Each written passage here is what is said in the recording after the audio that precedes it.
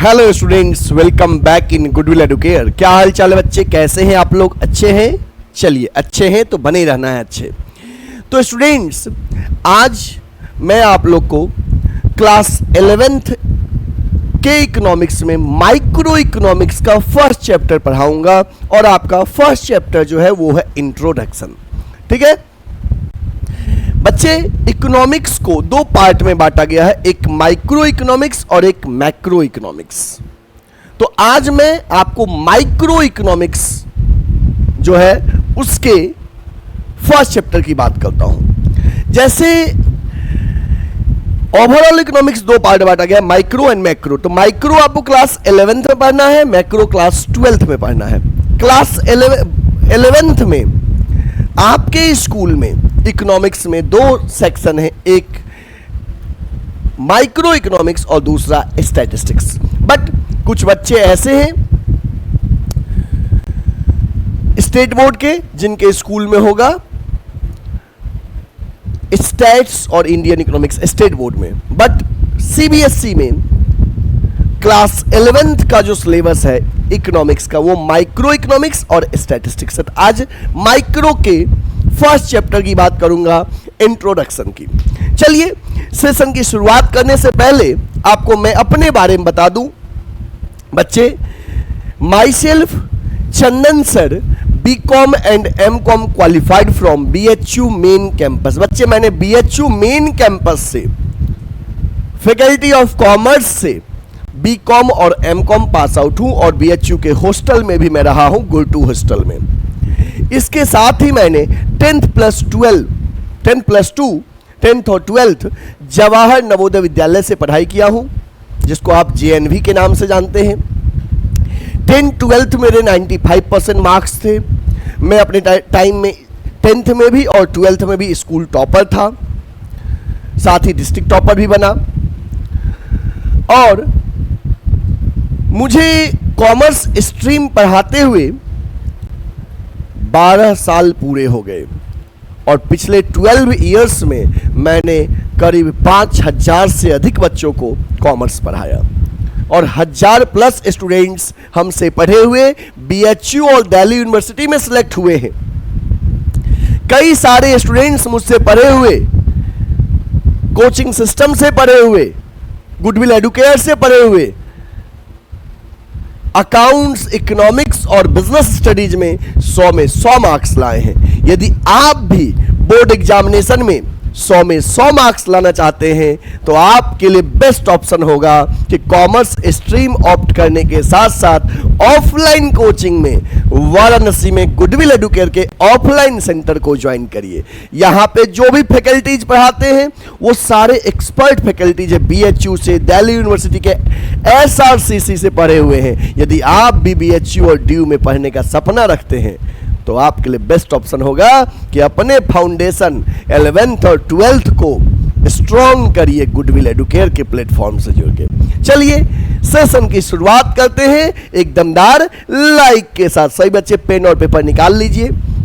जो कुछ भी समझाएंगे समझिएगा और काफी अच्छे से लिखवाऊंगा भी, लिखिएगा। बच्चे, हम जो कुछ भी पढ़ाते हैं काफ़ी इजी लैंग्वेज में पढ़ाते हैं ताकि क्लास के एक एक बच्चे को समझ में आए। हम कॉम्प्लेक्स टर्म का यूज करके आपके सामने ये नहीं दिखाना चाहता हूं कि मुझे इंग्लिश बहुत अच्छा आता है।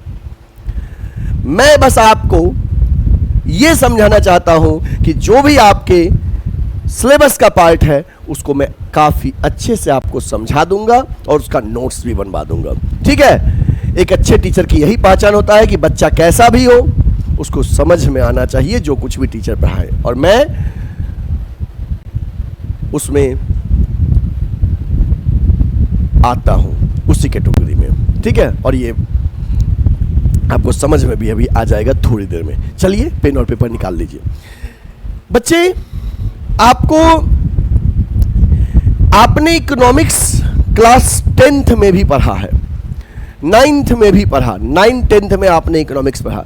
बट वो इकोनॉमिक्स जो था जिसमें आपने पालमपुर की कहानी पढ़े थे वो इस इकोनॉमिक्स के कंपैरिजन में काफी नैरो पार्ट था, जिसमें केवल थ्योरी ही थ्योरी थे, बेसिक लेवल के इकोनॉमिक्स थे। मेन इकोनॉमिक्स आपका क्लास 11 से शुरू होता है, जिसमें आप पढ़ते हो माइक्रो इकोनॉमिक्स। देखो, मेन इकोनॉमिक्स बच्चे आपका क्लास 11 से शुरू होता है, जिसमें आप पढ़ते हैं माइक्रो इकोनॉमिक्स क्लास 11th में। और क्या पढ़ेंगे? स्टैटिस्टिक्स। बच्चे ये माइक्रो इकोनॉमिक्स थ्योरी है और ग्राफ है और थोड़े बहुत न्यूमेरिकल है, बट स्टैट्स आपका पूरा न्यूमेरिकल है। स्टैट्स आपका पूरा न्यूमेरिकल है। तो अभी मैं आपको माइक्रो का जो फर्स्ट चैप्टर है, introduction, all basic about micro economics और इकोनॉमिक्स, ये आपको पढ़ाऊंगा। चलिए टॉपिक की ओर आते हैं। सबसे पहला टॉपिक आपके सामने है, what is economy. What is economy? Economy क्या होता है बताइए? तो कहेंगे कि sir economy is a system, economy is a system which provides the people, which provides people the means to work and earn a living। Economy एक ऐसा system होता है जो पीपल को प्रोवाइड करता है क्या? मीन्स टू वर्क, काम करने के लिए प्लेटफॉर्म प्रोवाइड करता है, एंड अर्न अ लिविंग, और जीविकोपार्जन के लिए मनी अर्न करता है, करने में हेल्प करता है। इकोनॉमी एक प्लेटफॉर्म प्रोवाइड करता है। अच्छा, इकोनॉमी क्या है? हम अपने डे टू डे लाइफ में देखते हैं, जहां भी इकोनॉमिक एक्टिविटीज हो रहा है, जहां भी पर्सन वर्क में एंगेज है, जहां पे उनका मेन मोटिव है मनी अर्न करना, उन सभी को हम कोलैबोरेटरी, एक साथ, कलेक्टिवली इकोनॉमी कहते हैं। जैसे आप देखो, आप देखते हो कि फर्म में लोग काम कर रहे हैं, बिजनेस में, शॉप में काम कर रहे हैं, रेलवे पे काम कर रहे हैं, फ्लाईओवर पे काम कर रहे हैं, ऑफिस में काम कर रहे हैं। ये सब क्या है? इन सब जगह पे लोग के वर्क करने का मेन मोटिव है मनी अर्न करना, तो इनको हम कलेक्टिवली इकोनॉमी कह सकते हैं। तो आपको समझ में आ गया कि economy is a system which provides people the means to work and earn a living, means to work and earn a living. Every economy performs 3 economic activities. बच्चे, कोई भी इकोनॉमी होगा वहां पे 3 इकोनॉमिक एक्टिविटी प्रोवाइड किया जाता है। सवाल है, सर इकोनॉमिक एक्टिविटी क्या होता है? आपने पढ़ा है प्रीवियस क्लासेस में भी कि ह्यूमन बीइंग के द्वारा जो भी एक्टिविटीज परफॉर्म किया जाता है उसको ह्यूमन एक्टिविटी कहते हैं। और ह्यूमन एक्टिविटी 2 तरह के होते हैं, economic and non economic. Economic activity जब हम परफॉर्म करते हैं उसके पीछे मेन मोटिव होता है क्या? मनी अर्न करना। और नॉन इकोनॉमिक का सोशल और मेंटल सेटिस्फैक्शन, है ना। तो इकोनॉमिक एक्टिविटी जो होता है क्या होता है? जिसके पीछे हमारा एम क्या है? मनी अर्न करना। मनी अर्न करना जिसके पीछे हमारा एम है, उसको हम इकोनॉमिक एक्टिविटी कहते हैं। ठीक है बच्चे, जिस एक्टिविटी के पीछे हमारा एम क्या है? मनी अर्न करना, उसको इकोनॉमिक एक्टिविटी कहते हैं।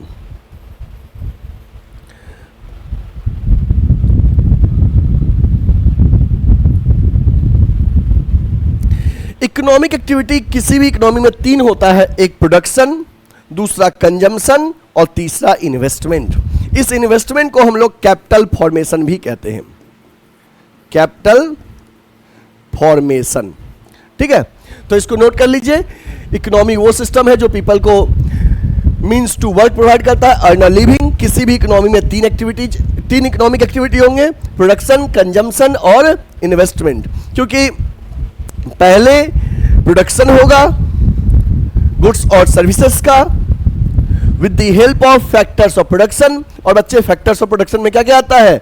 लैंड, लेबर, कैपिटल और इंटरप्रेन्योर। लैंड, लेबर, कैपिटल और इंटरप्रेन्योर या इंटरप्राइज। तो फैक्टर्स ऑफ प्रोडक्शन के हेल्प से प्रोडक्शन होगा, फिर उस जो प्रोडक्शन होगा उसका हम कंजम्पशन करेंगे, और इन्वेस्टमेंट कैपिटल फॉर्मेशन होता है। तो ये 3 इकोनॉमिक एक्टिविटीज के फंक्शन होते हैं जो किसी भी इकोनॉमी में परफॉर्म किए जाते हैं। तो प्लीज नोट दिस, इकोनॉमी को नोट कर लीजिए और इनके एक्टिविटीज को भी नोट कर लीजिए। हो गया? चलिए आगे बढ़ते हैं। नेक्स्ट है टाइप्स ऑफ इकोनॉमी। इकोनॉमी 3 तरह के होते हैं बच्चे। एक होता है कैपिटलिस्ट इकोनॉमी। जिसको हम लोग मार्केट इकोनॉमी भी कहते हैं, कैपिटलिस्ट इकोनॉमी जिसको मार्केट इकोनॉमी भी कहते हैं, दूसरा होता है सेंट्रली प्लान्ड इकोनॉमी जिसको सोशलिस्ट इकोनॉमी भी कहते हैं, और तीसरा होता है मिक्स्ड इकोनॉमी। तीन तरह की इकोनॉमी होते हैं, market economy, centrally planned economy, mix economy. Market economy को हम लोग कैपिटलिस्ट इकोनॉमी भी कहते हैं, सेंट्रली प्लान्ड को सोशलिस्ट इकोनॉमी भी कहते हैं, और एक मिक्स होता है जिसमें दोनों का मिक्स रूप होता है, मिक्स इकोनॉमी। मार्केट इकोनॉमी क्या होता है? मार्केट इकोनॉमी बच्चे, मार्केट इकोनॉमी वो इकोनॉमी होता है जिसका मेन मोटिव होता है प्रॉफिट अर्न करना, जिसमें मार्केट फोर्सेस डिमांड और सप्लाई के बेसिस पे प्रोडक्ट का प्राइस तय किया जाता है, जिसमें प्राइवेट सेक्टर का डोमिनेंट रोल होता है। यहां पे मेनली क्या होता है? प्राइवेट सेक्टर होता है, प्राइवेट सेक्टर, है ना। और इनका मेन मोटिव क्या होता है? प्रॉफिट अर्न करना। सेंट्रली प्लान्ड इकोनॉमी में क्या होता है? सब कुछ गवर्नमेंट के हाथ में होता है और इनका मेन मोटिव होता है सोशल वेलफेयर। और मिक्स इकोनॉमी मतलब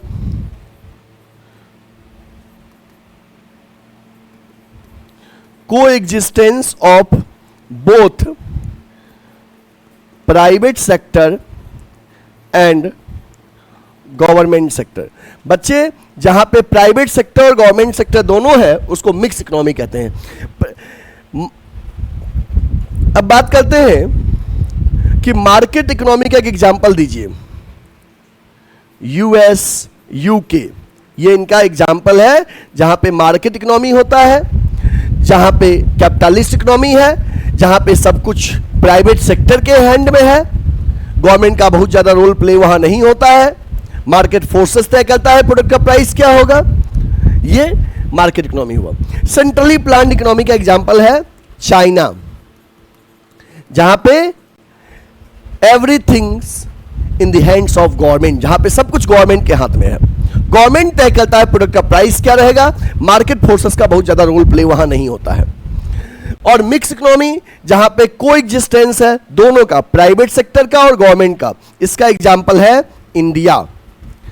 बच्चे, हमारे इकोनॉमी में, इंडिया में गवर्नमेंट सेक्टर भी है और प्राइवेट सेक्टर भी है, गवर्नमेंट भी रोल प्ले करता है और प्राइवेट सेक्टर भी रोल प्ले करते हैं। तो इकोनॉमी तीन तरह का हो गया, capitalist economy, that is also called market economy, centrally planned, socialist और मिक्स इकोनॉमी। ठीक है, इसको नोट कर लीजिए। इसके बारे में थोड़ा डिटेल में हम डिफरेंस आपको बता देते हैं इन तीनों के बारे में।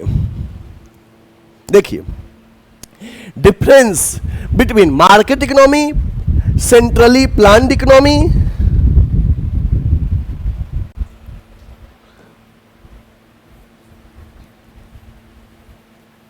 Centrally planned economy and mixed economy, तीन तरह के जो इकोनॉमी हुए। तो मार्केट इकोनॉमी क्या है? These are the economy where the economic activities are controlled by market forces. Economic activities किसके द्वारा कंट्रोल किया जाता है? Market forces. Market forces of demand and supply. Centrally plan, these are the economy where the economic activities, production, consumption, investment और exchange are firmly controlled by the government और some central authority. जहां पे market forces का role play ना हो के government control करती है या सेंट्रल अथॉरिटी, उसको सेंट्रली प्लान कहते हैं। और mix economy, these are the economy where the economic activities are govern by the free play of market forces and but regulated by the government, जहां पे दोनों का रोल हो, मार्केट फोर्सेस का भी और गवर्नमेंट का भी, वो हो गया मिक्स इकोनॉमी। इसके साथ ही बच्चे, मार्केट इकोनॉमी में economic decisions are driven with the motive of profit maximisation. Market economy का एम होता है प्रॉफिट मैक्सिमाइजेशन और सेंट्रली प्लान्ड इकोनॉमी का मोटिव होता है सोशल वेलफेयर, और मिक्स इकोनॉमी का दोनों होता है profit maximisation and social welfare. क्यों? क्योंकि यहां पे जो प्राइवेट सेक्टर होंगे उनका एम होता है प्रॉफिट मैक्सिमाइजेशन, और मिक्स इकोनॉमी में जो गवर्नमेंट होंगे इनका एम होगा सोशल वेलफेयर। आप देखते हो हमारे कंट्री में, इंडिया में प्राइवेट सेक्टर जितने भी उनका सबका एम होता है प्रॉफिट अर्न करना ज्यादा ज्यादा, और गवर्नमेंट का एम होता है सोशल वेलफेयर। क्योंकि गवर्नमेंट देखो PDS system, public distribution system के माध्यम से जो अनाज वगैरह का डिस्ट्रीब्यूशन करती है, वहां पे सरकार का एम प्रॉफिट अर्न करना नहीं है सोशल वेलफेयर, है ना। Okay, the consumer is the consumer buys goods and services according to his choice. यहाँ पे कंज्यूमर जो होता है वो सवर्न जो होता है, इसका मतलब होता है इंडिपेंडेंट होता है। कंज्यूमर इज नॉट सवर्न, यहाँ पे कंज्यूमर इंडिपेंडेंट नहीं होता है, सेंट्रल अथॉरिटी डिसाइड करता है क्या गुड्स और सर्विसेज प्रोड्यूस होगा पीपल के लिए। और मिक्स इकोनॉमी में कंज्यूमर सवर्न होता है, यहाँ पे PDS system, public distribution system तय करता है supply of goods and services government के अकॉर्डिंग, और प्राइवेट सेक्टर भी होता है।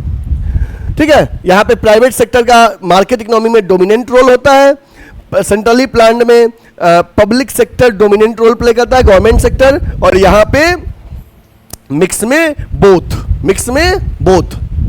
तो बच्चे जो मैंने आपको भी बताया था वही चीजें हैं कि इकोनॉमी जो तीन तरह के हुए, market economy that is capitalist, यहाँ पे प्राइवेट सेक्टर का मेजर रोल होता है, प्रॉफिट मोटिव होता है, यूएस यूके इसके एग्जांपल हैं। सेंट्रली प्लान्ड इकोनॉमी में इसको सोशलिस्ट भी कहते हैं, यहाँ पे गवर्नमेंट सेक्टर होता है, सोशल वेलफेयर एम होता है, एग्जांपल है चाइना। मिक्स इकोनॉमी में दैट इज अ को existence of both sector, private sector and government sector, example है इंडिया। ठीक है, और ये आपके डिफरेंस हैं, प्लीज नोट दिस, इसको नोट कर लीजिए, इसको डिफरेंस को नोट कर लो बच्चे।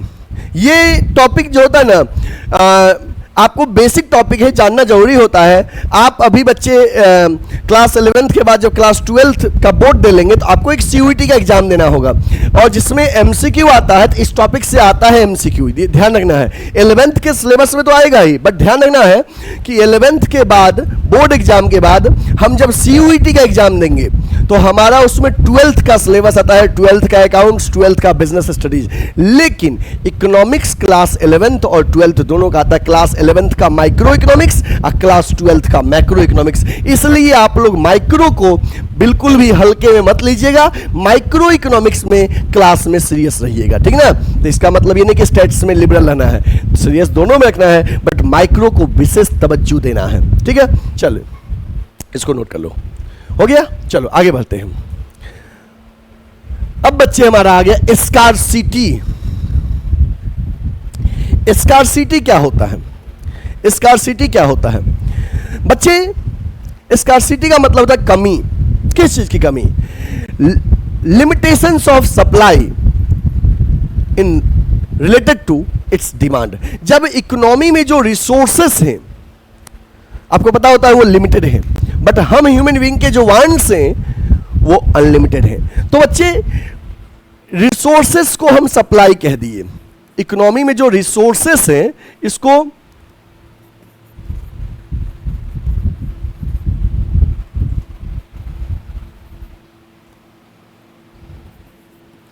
इकोनॉमी में जो रिसोर्सेस हैं इसको सप्लाई कह दो, और हम ह्यूमन बीइंग के जो वांट्स हैं, ह्यूमन वांट्स, इसको डिमांड कहते हैं। अब देखिए बच्चे, जब हमारा सप्लाई लिमिटेड हो और डिमांड ज्यादा हो, जैसे कि जब सप्लाई, जैसे ये आपको बताओ ना कि ऐसा सिंबल में जिधर ये वाला क्लोज पार्ट होता है वो लेस कहलाता है, जिधर ओपन होता है वो ग्रेटर कहलाता है। बच्चे जब हमारा रिसोर्सेस इकोनॉमी में लिमिटेड होता है और हमारे वांट्स अनलिमिटेड होते हैं तो इसका मतलब रिसोर्सेस स्कार्स है, स्कार्सिटी। रिसोर्सेस क्या है? स्कार्सिटी। तो देखिए scarcity refers to limitations of supply in relation to demand for the commodity। scarcity का मतलब क्या है? limitations of supply, supply limited है in relation to demand for that commodity। ध्यान रखना है scarcity कोई चीज तभी है जब जितना डिमांड है उस कमोडिटी का उससे कम सप्लाई है। किसी चीज का कम क्वांटिटी को हम scarcity नहीं कहेंगे। कम है यूनिट में, it does not mean scarcity. कहोगे सर कम, अभी तो आप बोले कम मतलब स्कार्सिटी नहीं, उसको कंपेयर डिमांड से करेंगे। जितना वो क्वांटिटी है अगर डिमांड उससे ज्यादा है तभी वो स्कार्सिटी है। मान लो क्वांटिटी कम है लेकिन डिमांड तो उससे भी कम है, तब वो स्कार्स नहीं हुआ। स्कार्सिटी का मतलब हुआ limitations of supply in relation to demand for that commodity. It refers to a situation when wants exceed available resources। जब ह्यूमन के जो वांट हैं दिस exceeds लिमिटेड रिसोर्सेस। बच्चे आपको पता होना चाहिए कि हम ह्यूमन बीइंग के वांट्स अनलिमिटेड हैं। एक वांट्स पूरा होता है, नया वांट्स अराइज होता है, ये सेटिस्फेक्शन का नाम कभी लेता नहीं है। लेकिन इकोनॉमी में जो रिसोर्सेस है that is limited, not unlimited, limited. तो it refers to situation when human want exceeds, हम ह्यूमन बीइंग के जो वांट्स हैं, देखो यहाँ पे वांट्स आपको दिखाया गया, हम ह्यूमन बीइंग हैं, हमारे अनलिमिटेड वांट्स है, किताब का है, घर का है, खाने पीने का है, ईट, मतलब एक वांट्स पूरा होता है, नया अराइज होता है। तो हम ह्यूमन बीइंग्स के अनलिमिटेड वांट्स है, ये हो जाए हमारे पास, वो हो जाए। एक एग्जांपल देखो कि जब हम लोग छोटे थे तो सोचते थे हमारे पास एक साइकिल हो जाए, है ना, साइकिल हो गया, पापा साइकिल दिलवा दिए, साइकिल हो गया, सोचते थे एक घड़ी हो जाए, घड़ी भी मिल गया। अब उसका सोचे चलो पापा एक मोबाइल दिलवा दो, तो मोबाइल मिल गया, मोबाइल के बाद लैपटॉप हो जाए, लैपटॉप के बाद अभी कोचिंग और स्कूल जाने में दिक्कत होता है, एक स्कूटी हो जाए। मतलब एक वांट्स पूरा होता है, नया वांट्स अराइज होता है। तो हम ह्यूमन बीइंग के जो वांट्स है वो अनलिमिटेड है, बट ओवरऑल रिसोर्सेज जो आपके पिताजी के पास है फैमिली लेवल पे और इकोनॉमी में कंट्री के पास है, that is limited.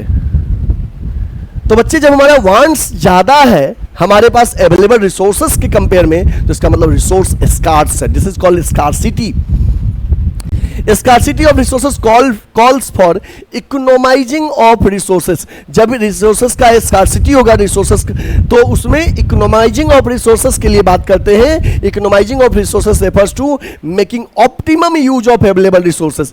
इकोनोमाइजिंग of resources का मतलब क्या होता है? Optimum proper utilisation of resources. तो आपको स्कार्सिटी समझ में आ गया? स्कार्सिटी क्या होता है बच्चे? कि जब हम ह्यूमन बीइंग का वांट्स ज्यादा है हमारे लिमिटेड रिसोर्सेस से, या when it is limitations of supply in relation to its demand। इसी चीज को अगर हम इधर लिख दें तो ये एरो इस तरह से हो जाएगा। समझ गए बात ना?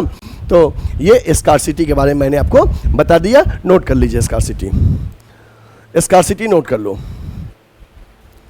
या तो सप्लाई कम है डिमांड से, या डिमांड ज्यादा है सप्लाई से, रिसोर्सेस से। This is scarcity. नोट कर लीजिए इसको। देखते हो हम लोग के पास पैसा क्या है? कम है, लेकिन हमारे इच्छाएं बहुत हैं, तो फंड जो है वो स्कार्स है, लिमिटेड है। ठीक है, चलिए हो गया, सबने नोट कर लिया। नेक्स्ट, अब हम बात करते हैं बच्चे इकोनॉमिक प्रॉब्लम। इकोनॉमिक प्रॉब्लम क्या है? Economic problem is the problem of choice. चयन की समस्या, चयन, चूज करने की प्रॉब्लम को इकोनॉमिक प्रॉब्लम कहते हैं। और आपको पता होता है कि इकोनॉमिक प्रॉब्लम जो किसी भी इकोनॉमी में राइज होता है उसके सबसे बड़ा रीजन दो है, एक लिमिटेड रिसोर्सेस और दूसरा अनलिमिटेड ह्यूमन वांट्स। सबसे मेजर प्रॉब्लम ये दो है, लिमिटेड रिसोर्सेस, अनलिमिटेड वांट्स। ये दो सबसे बड़ा रीजन है। ठीक है, तो economic problem is the problem of choice involving satisfaction of unlimited wants out of the limited resources having alternative use. Economic problem is the problem of choice involving, जिसमें involve होता है सेटिस्फैक्शन ऑफ अनलिमिटेड वांट्स। हम human being के unlimited wants को satisfy करना है, कैसे? Out of limited resources, economy में जो लिमिटेड रिसोर्सेस है उससे, हैविंग अल्टरनेटिव यूजेज। और आपको बताना चाहिए कि रिसोर्सेस के अल्टरनेटिव यूजेज हैं। तो बच्चे causes of economic problem, economic problem के कॉजेज तीन हैं। एक है स्कार्सिटी ऑफ रिसोर्सेस। आपको बताना चाहिए कि इकोनॉमी में जो भी रिसोर्सेस हैं that is limited, not unlimited, limited.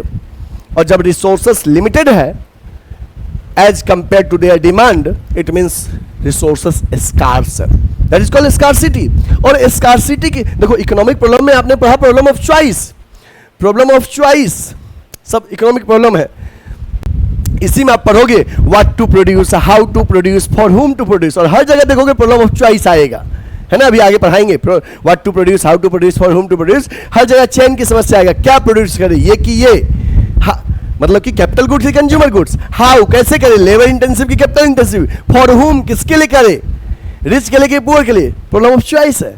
तो economic problem is the problem of choice involving satisfaction of human wants, unlimited wants out of the limited resources having alternative use. तो कॉजेज में पहला है scarcity of resources. हम जानते हैं बच्चे कि हमारे इकोनॉमी में जो रिसोर्सेस है वो स्कार्स है, resources are limited as compare to their demand, means limitations of supply in relation to their demand. Scarcity की वजह से प्रॉब्लम ऑफ चॉइस अराइज होता है ना?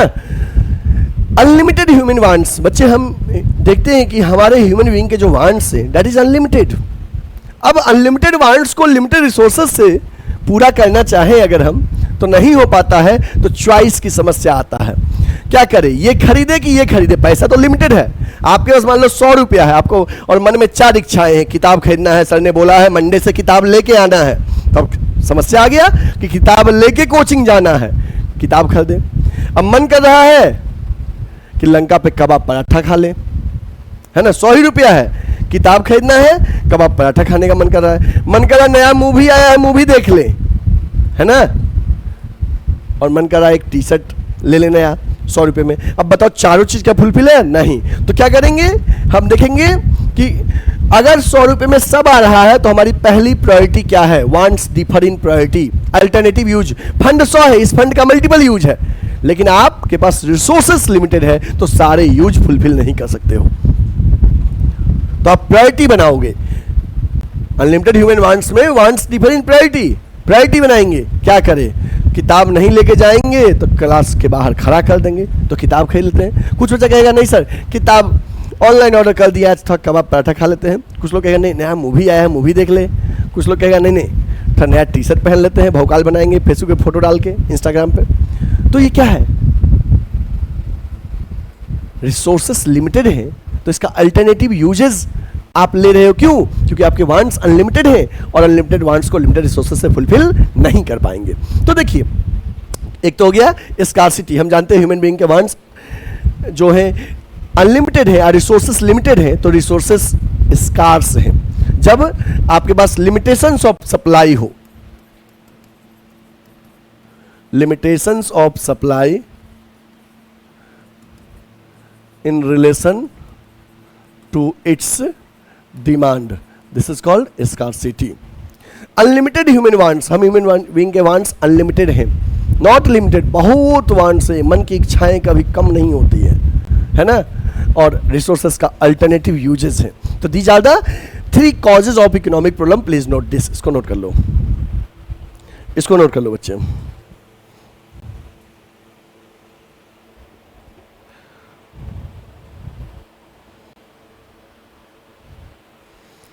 ठीक है, अल्टरनेटिव यूज का मतलब क्या हो गया, वेरियस यूजेज हैं,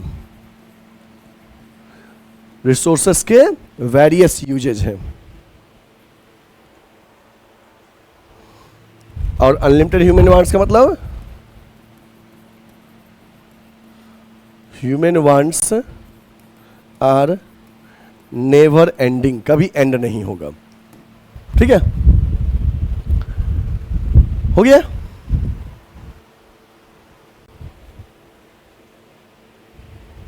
चलिए अब बच्चे हम देखते हैं कि हम ह्यूमन बीइंग के वांट्स और रिसोर्सेस के बीच में क्या डिफरेंस और क्या फीचर्स है। देखो बच्चे, resources versus human wants, features of resources, they are scarce. आपको पता है कि रिसोर्सेस जो है वो स्कार्स है, कम है, डिमांड उसका ज्यादा है, अवेलेबिलिटी कम है, तो रिसोर्सेस स्कार्स है। They have alternative uses, resources का अल्टरनेटिव यूजेस है। एक रिसोर्सेस का हम मल्टीपल यूजेस कर सकते हैं। जैसे आपके पास एक जमीन है, उस जमीन पे, उस लैंड पे आप कई काम कर सकते हो, खेती कर सकते हैं, फार्मिंग का वर्क, रेसिडेंशियल पर्पस घर बना सकते हैं, हॉस्पिटल बना सकते हैं, स्कूल बना सकते हैं, मल्टीपल वर्क हैं, रिसोर्सेस के अल्टरनेटिव यूजेज हैं। ह्यूमन वांट्स के फीचर्स, दे आर अनलिमिटेड। आपने क्या देखा कि रिसोर्सेस स्कार्स है, स्कार्स मतलब लिमिटेड, और हम ह्यूमन बीइंग के वांट्स अनलिमिटेड, वांट्स अनलिमिटेड है। दे डिफर इन प्रायोरिटीज, बच्चे wants differ in priorities, person to person wants की प्रायोरिटी लिस्टिंग डिफर करता है। अभी हम एग्जांपल दिए थे, 100 रुपए से 4 वर्क आपको करना था, मूवी देखने का मन कर रहा है, किताब खरीदने का मन कर रहा है, कबाब पराठा खाने का मन कर रहा है, टी शर्ट खरीदने का। अब सबकी प्रायोरिटी अलग अलग होगा। कोई सोचेगा चलो पहले 100 रुपए से हम क्या करते हैं, कुछ खा लेते हैं, तब देखेंगे पैसा बचेगा तो दूसरा काम करेंगे। किसी का मन होगा नहीं पहले खाना नहीं, पहले पढ़ाई, पहले किताब खरीदने चलते हैं। किसी का मन होगा नहीं जी पहले इंटरटेनमेंट करते हैं, मूवी देख के आते हैं। तो wants differ in priority, person to person wants differ करता है, प्रायोरिटी लेवल सबके अलग अलग होते हैं। प्लीज नोट दिस, इसको नोट कर लो। हो गया, चलिए आगे बढ़े। नेक्स्ट है बच्चे आपका मीनिंग ऑफ इकोनॉमिक्स। अब यहां से चैप्टर जैसा कुछ लग रहा है, इकोनॉमिक्स क्या होता है, तो चलिए इकोनॉमिक्स के बारे में डिस्कस करते हैं। Economics is a social science. Economics social science है, याद करो आप इससे पहले पढ़े थे सोशल साइंस, है ना, सामाजिक विज्ञान, social science. Economics is a social science, है ना, सोशल साइंस पढ़े थे ना। Economics is a social science which studies, जो कि स्टडी करता है किस चीज का, the way a society choose to use its limited resources which have alternative use. Economics वो सोशल साइंस है जो स्टडी करता है, अध्ययन करता है the way society choose to use its limited resources. वो वे का अध्ययन करता है जो सोसाइटी चूज करता है लिमिटेड रिसोर्सेज को यूज करने के लिए। कैसे सोसाइटी लिमिटेड रिसोर्सेज को यूज करेगा, है ना, जिसका अल्टरनेटिव यूज है to produce goods and services, goods और सर्विसेज प्रोड्यूस करने के लिए, and to distribute them among the different groups of people. Goods और सर्विसेज प्रोड्यूस करेगा और different groups of people, richer section poor section में उसको डिस्ट्रीब्यूट करेगा। यही इकोनॉमिक्स है ना। Economics is a social science which studies, जो कि अध्ययन करता है the way a society choose, the way a society choose to use its limited resources. Limited resources का यूज सोसाइटी कैसे करेगा, विच हैव अल्टरनेटिव यूजेज, जिसका अल्टरनेट यूजेज है to produce goods and services, goods और services produce करने के लिए, and to distribute them among the different group of people, और उसको डिफरेंट ग्रुप ऑफ पीपल में डिस्ट्रीब्यूट भी करना है। तो यहां पे इकोनॉमिक्स का मीनिंग आप नोट कर लीजिए। अब इसके साथ साथ एक दो एक्स्ट्रा पॉइंट आपको बता देते हैं। फादर ऑफ इकोनॉमिक्स, इकोनॉमिक्स के फादर कौन है बच्चे, एडम स्मिथ। इकोनॉमिक्स के फादर कौन है, एडम स्मिथ। इसके नोट कर लिए। इसके साथ ही बच्चे ये हो गया, नोट कर लिए, जल्दी नोट कर लिए।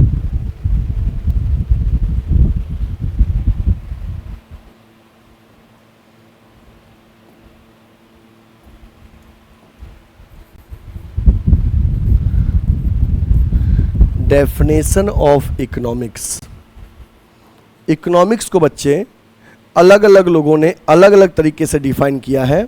जैसे किसी ने इकोनॉमिक्स को वेल्थ से कोरिलेट किया,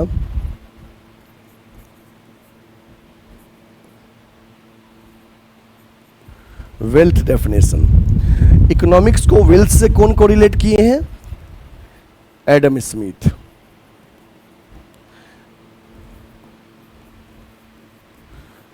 वेलफेयर डेफिनेशन, किसी ने इकोनॉमिक्स को वेलफेयर से कोरिलेट किया है, वो कौन है, अल्फ्रेड मार्शल। इन्होंने का इकोनॉमिक्स को वेलफेयर से कोरिलेट किया। किसी ने इकोनॉमिक्स को स्कार्सिटी से कोरिलेट किया है, रॉबिन्स ने इकोनॉमिक्स को स्कार्सिटी से कोरिलेट किया। और किन्हीं ने इकोनॉमिक्स को ग्रोथ से कोरिलेट किया है डिफाइन करते वक्त। तो ग्रोथ से किन्होंने किया है, पॉल ए सैमुअल्सन, ठीक है, नोट कर लीजिए, इसको नोट कर लो बच्चे।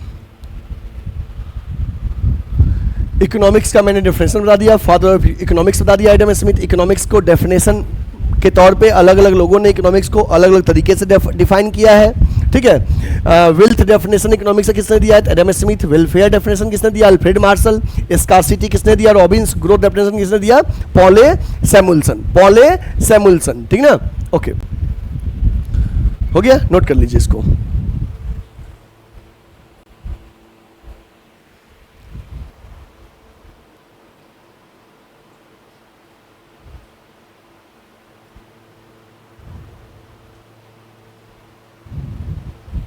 ठीक है। अब हम बात करते हैं कि ये इकोनॉमिक्स को जो सोशल साइंस है इसको दो पार्ट में बांटा गया है, positive economics and normative economics. Economics as a science, economics को दो पार्ट में बांटा गया है, एक है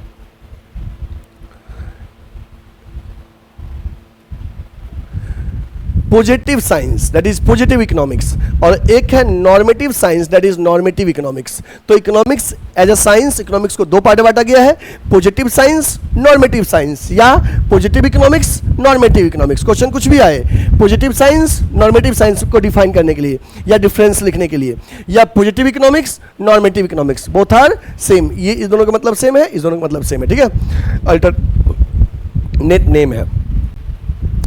economics as a science, economics, positive science क्या कहता है? पॉजिटिव साइंस और positive economics deals with what are the economic problems and how it can they are actually solve. Positive science, positive economics कहता है what are the economic problem, economic problem क्या है और उसको कैसे सॉल्व करेंगे, ये पॉजिटिव इकोनॉमिक्स में पढ़ते हैं हम लोग। पॉजिटिव इकोनॉमिक्स डिस्कस करता है किसके बारे में? What is, what was and what will be, what is, what was and what will be. But normative science और normative economics studies what ought to be, क्या होना चाहिए, how the economic problems should be solve. ये बात करता है what ought to be, what should happen, what should have happened. मतलब बच्चे ये फैक्ट्स पे बेस्ड है। पॉजिटिव इकोनॉमिक्स जो है it is based on facts and figures, ये फैक्ट्स एंड फिगर्स पे बेस्ड है। और नॉर्मेटिव इकोनॉमिक्स जो है it is based on judgement, ये जजमेंट पे बेस्ड है, ओपिनियन पे बेस्ड है, ओपिनियंस पे बेस्ड है। आया समझ में कि positive economics facts and figures पे बेस्ड है, नॉर्मेटिव इकोनॉमिक्स पे बेस्ड है, जजमेंट पे बेस्ड है।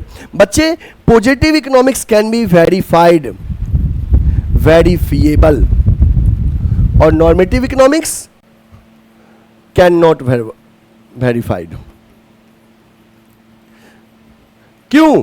क्योंकि जो चीज डाटा पे बेस्ड है वो पॉजिटिव है, जो जजमेंट मन के ओपिनियन पे बेस्ड है वो नॉर्मेटिव है। समझ में आ गया ना? जैसे अगर हम बोले, अच्छा पॉजिटिव इकोनॉमिक्स का मतलब ही नहीं कि स्टेटमेंट सही हो चाहे गलत हो, जिस चीज का वेरिफिकेशन पॉसिबल है वो पॉजिटिव है। जैसे हम कहेंगे चाइना का पॉपुलेशन इंडिया से ज्यादा है, ये स्टेटमेंट पॉजिटिव है कि वेरीफाई कर सकते हैं, डाटा पे बेस्ड है। अगर हम यहीं पे कहते हैं इंडिया का पॉपुलेशन चाइना से ज्यादा है तो भी ये पॉजिटिव है कि रियली में ज्यादा है कि नहीं, we can compare, this is based on census.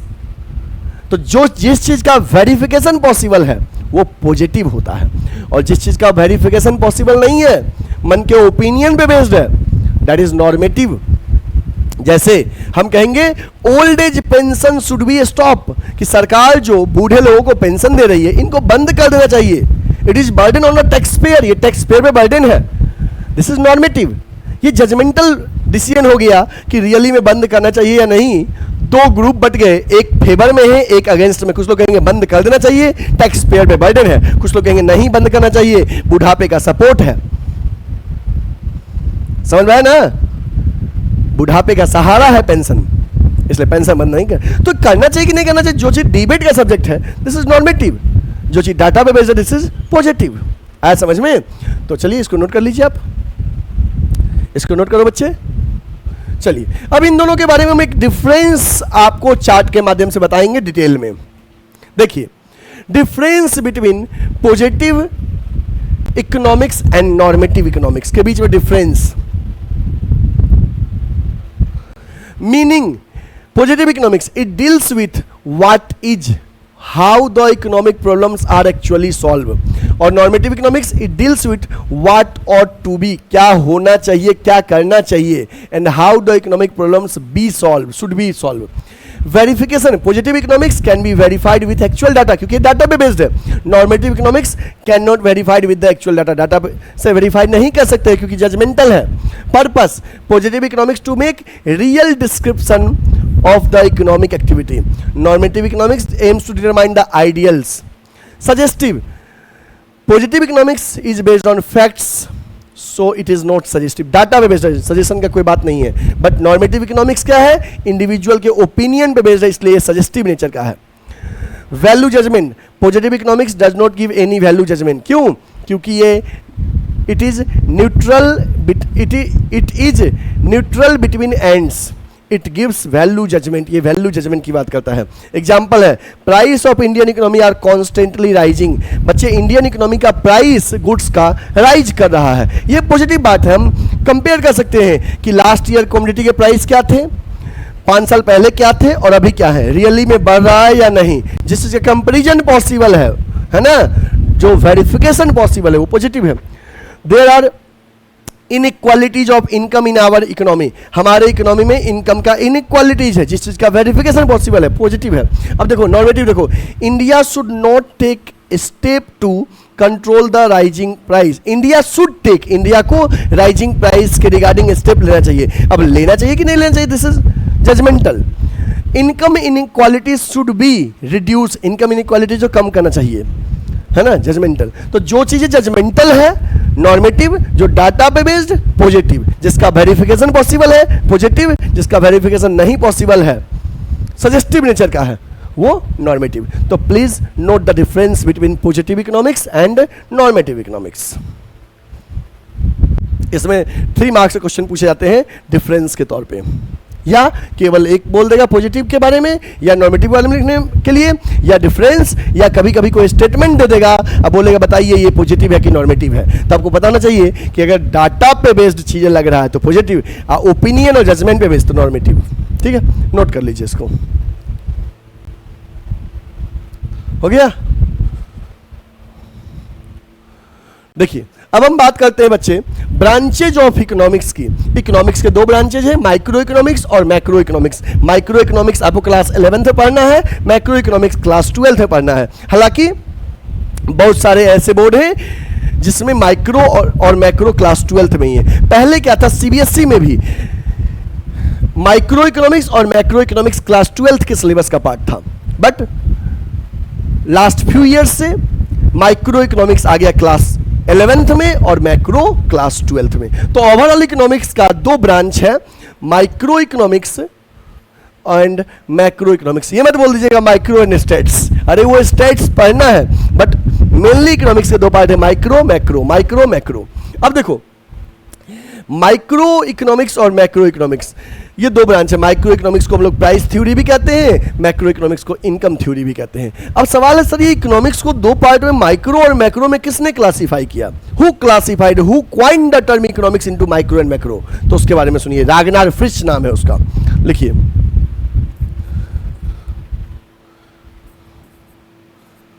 रागनार फ्रिश, FRISCH।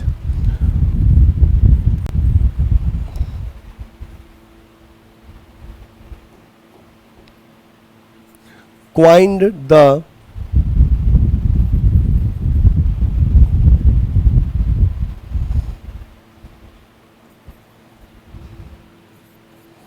economics into micro and macro, micro economics और मैक्रो इकोनॉमिक्स इन 1933। कब बांटा था माइक्रो मैक्रो में, 1933 में। कौन, रागनार फ्रिश। बच्चे ये जो माइक्रो इकोनॉमिक्स का ये आई है ना, माइक्रो का जो ये आई है, ये आई किसकी बात करेगा, इंडिविजुअल की बात करेगा। और मैक्रो इकोनॉमिक्स का जो ये ए है, ये ए किसकी बात करेगा, एग्रीगेट की बात करेगा।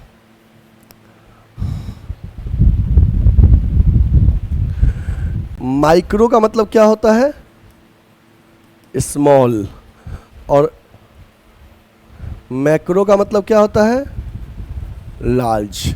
ठीक है, तो बच्चे इकोनॉमिक्स के 2 ब्रांच हो गए, micro economics, macro economics. Micro economics को हम लोग प्राइस थ्योरी भी कहते हैं, मैक्रो इकोनॉमिक्स को इनकम थ्योरी भी कहते हैं। माइक्रो इकोनॉमिक्स का ये आई, MICRO में जो आई है, ये आई इंडिविजुअल की बात करता है। माइक्रो इकोनॉमिक्स में एक की बात करते हैं, इंडिविजुअल इनकम की बात करेंगे, इंडिविजुअल डिमांड की बात करेंगे माइक्रो इकोनॉमिक्स में। और मैक्रो इकोनॉमिक्स ए की बात, माइक्रो इकोनॉमिक्स का ए एग्रीगेट बताता है, ये सबकी बात करेगा, ए फॉर एग्रीगेट। पूरे कंट्री के इनकम की बात करेंगे, नेशनल इनकम। पूरे कंट्री के डिमांड की बात करेंगे, एग्रीगेट डिमांड। जैसे यहाँ पे माइक्रो इकोनॉमिक्स में हम लोग क्या क्या पढ़ते हैं बच्चे? माइक्रो इकोनॉमिक्स में हम लोग पढ़ेंगे इंडिविजुअल इनकम, एक लोगों के इनकम की बात करेंगे, इंडिविजुअल डिमांड। बट यहीं पे मैक्रो इकोनॉमिक्स में हम लोग एक की बात नहीं, एग्रीगेट डिमांड की बात करेंगे, पूरे कंट्री के डिमांड की बात करेंगे, पूरे कंट्री के इनकम की बात करेंगे, तो नेशनल इनकम की बात करते हैं। ठीक है, ठीक है, ओके। तो ये नोट कर लीजिए आप, हो गया।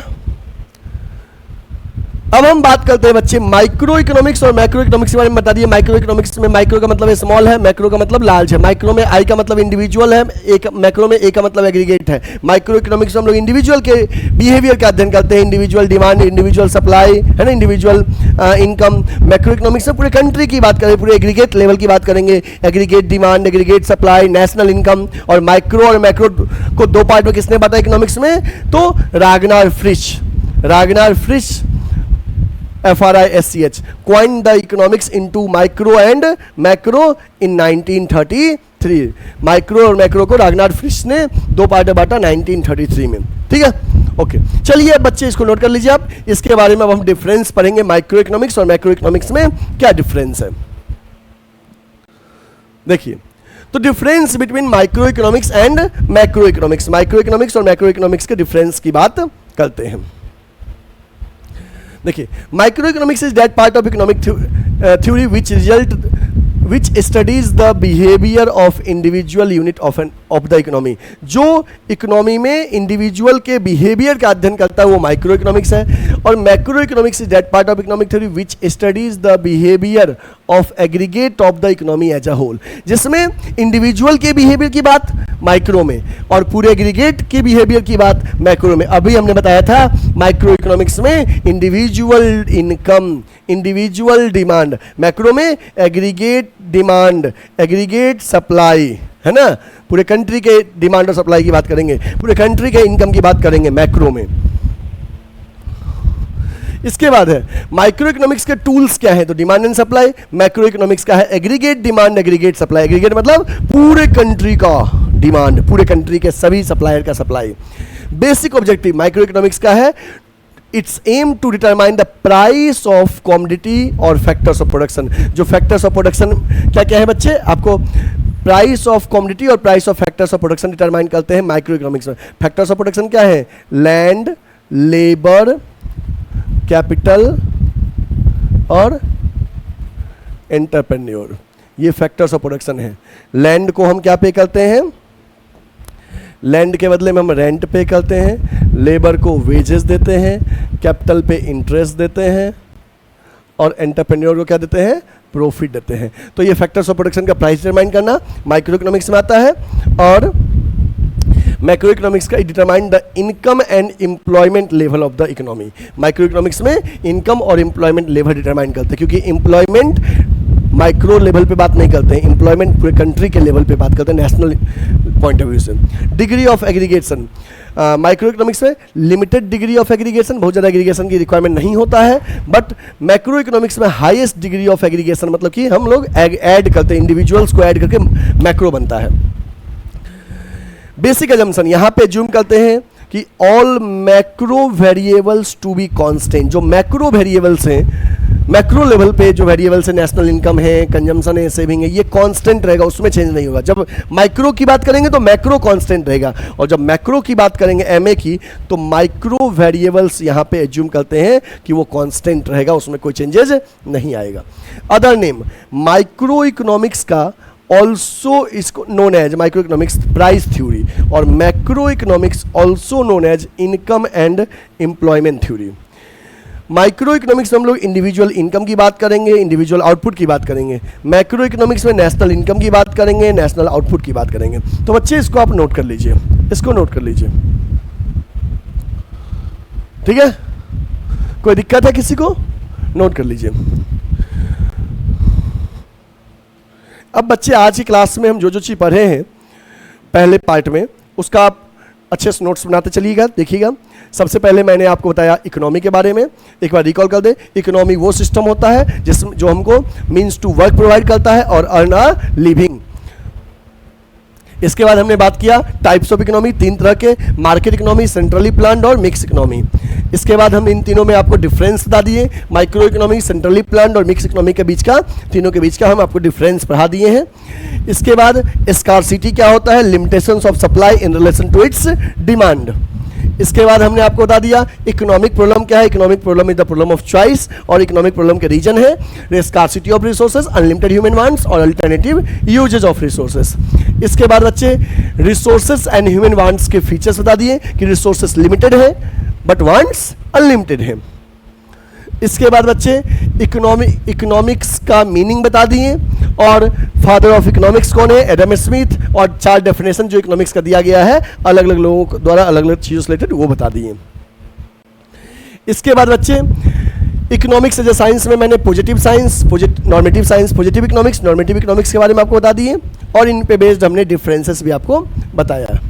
ठीक है, इसके साथ ही बच्चे हमने बताया कि इकोनॉमिक्स को 2 पार्ट में बांटा गया है, micro economics and macro economics. और किसने बांटा, रागनार फ्रिश। कब बांटे, 1933 में। और माइक्रो और मैक्रो इकोनॉमिक्स में डिफरेंस भी मैंने आपको अच्छे से समझा दिया। इस तरह से आज का क्लास हमारा यहीं पे कंप्लीट होता है। रिमेनिंग टॉपिक हम नेक्स्ट क्लासेस में डिस्कस करेंगे।